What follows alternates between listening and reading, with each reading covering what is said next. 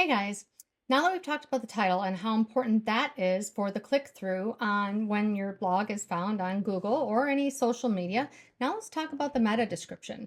So if I go down here in this WordPress site, we're using Rank Math SEO, and whether you use Rank Math, All-in-One SEO, Yoast, or something else, usually has something like this here where you can view the snippet. And this is what it's going to look like in the preview right now if it's in Google. So let's say somebody does a search or something and finds it.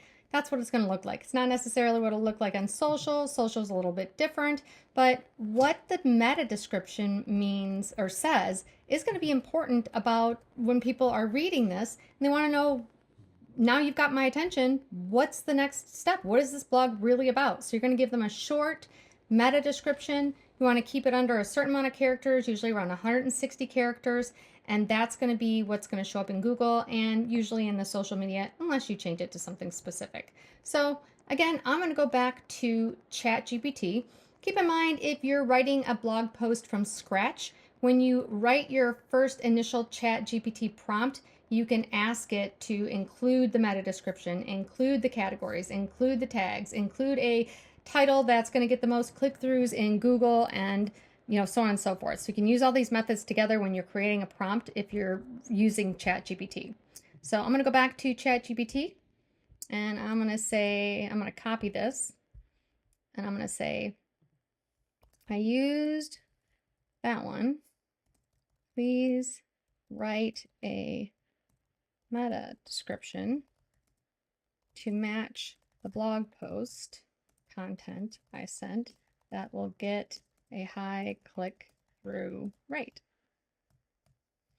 So it'll probably give me a couple of examples. You can even tell it to give you a meta description for the Rank Math plugin too. And if you have a keyword, you can say that from the beginning. All right, you learned the 7 must-know parts of the home selling process, from pricing and prepping to offers, inspections, and closing. Know exactly what to expect. Okay.